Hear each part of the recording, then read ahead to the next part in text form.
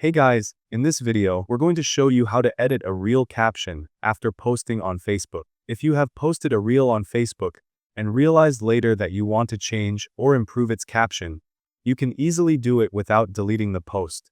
Facebook allows you to edit captions on your reels even after publishing, which helps you correct mistakes, add hashtags, or make your text more engaging. First, open the Facebook application on your mobile device and make sure you're logged into your account. Now, tap on the profile icon located at the top right corner of the screen to access your profile.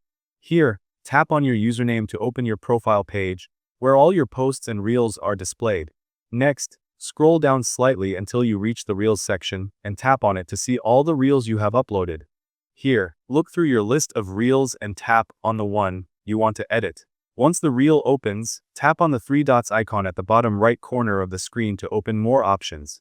Here, tap on Edit Video to start editing the details of your reel. Now, go to the caption field and type in your new caption, or make changes to the existing one, adding text, emojis, or hashtags if needed. Then, tap on Save to confirm and apply the changes to your reel.